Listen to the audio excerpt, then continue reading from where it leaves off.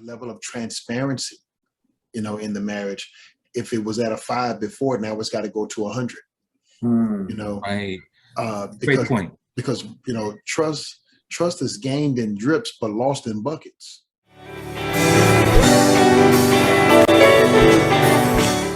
So let's talk about some of the issues that we encounter that breaks the trust band, if you will, amongst marriage. Addressing what has broken the trust is a huge part of it. Sure. Right? In terms of, was it infidelity? Was there some type of an affair that happened, whether it be emotional, anything that broke down the walls of the monogamous relationship between a man and a woman, or extramarital, if you will. Sure. Anything that festered or created or fostered a relationship outside of the marriage.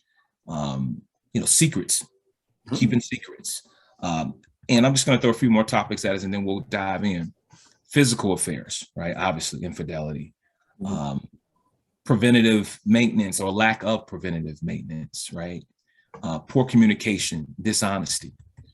And let's just dive into the infidelity piece. Okay. We had in our pre-production meeting, we talked about our position on this. And Adam, I'm going to hit you first. Okay.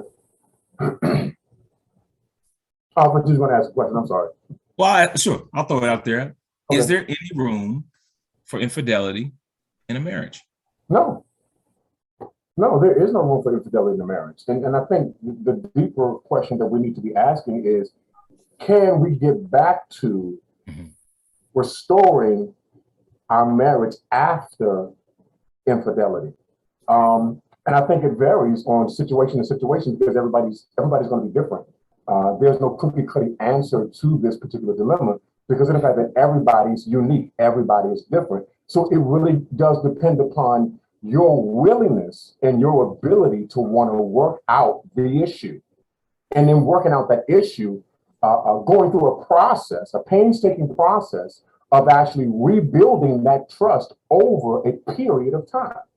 I think one of the critical aspects of that is having enough patience with the one who has committed the infidelity act, having enough patience with them to allow them to rebuild that trust. But again, it's going to take time, and it's not going to be easy. Your willingness is going to be the determining factor as to whether or not the relationship can be restored. Yeah. One study that I saw as it relates to just infidelity talked about a one-night stand. Let's suppose a husband and wife engaged, this is just averages, but a husband or a wife engaged in a one-night stand. And the betrayed spouse found out about the one-night stand.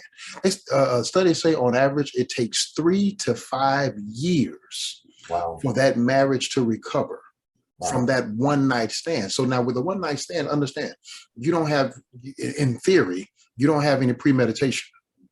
Right. In theory, there was no prior contact. You had some kind of lust-filled drunken night at the bar or whatever the case may be, and hopped in the back of somebody's truck or car or whatever the case may be. That was, that phone numbers may not have been exchanged. You may just know first names and not even last names. It takes 3 to 5 years to recover from that kind of situation. Imagine what it takes to recover from an actual relational affair that has taken place, where lies have been told, where an entire world has been built over here, where attention has been taken from the family and devoted to this other person over here. It takes years and years to recover from these kinds of things. This is obviously why we're not supposed to engage in them, of course. Right. Because you're not just cheating on your spouse, you're also cheating, if you have children, you're cheating on your children too. Right.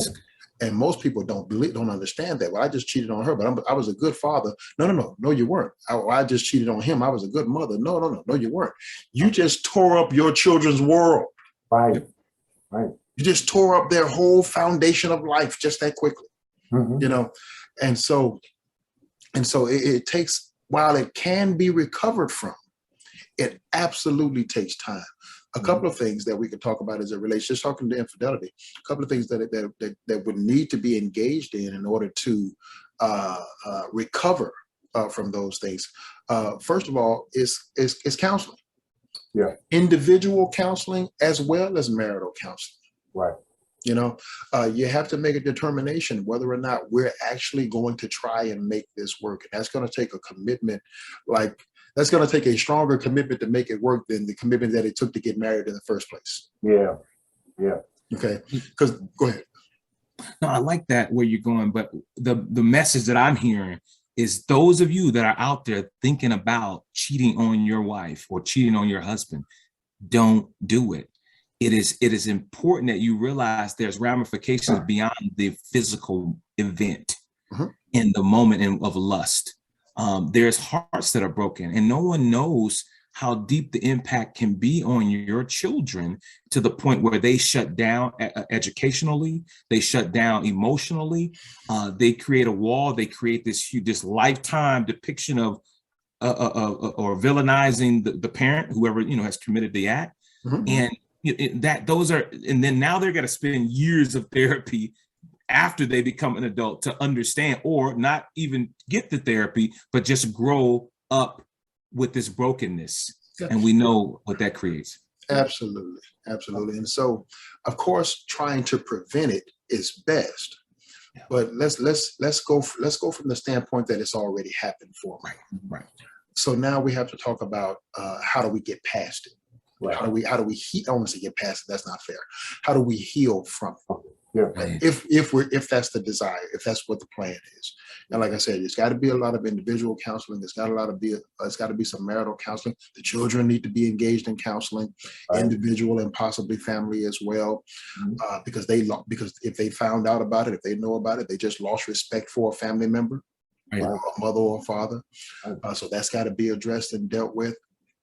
The level of transparency, in the marriage. If it was at a 5 before, now it's got to go to 100. Right. Great point. Because trust is gained in drips but lost in buckets. Yeah. And if you're going to try and regain trust, it's going to take it's just going to drip in. It's going to come in slowly. Right. Let's take this from a practical.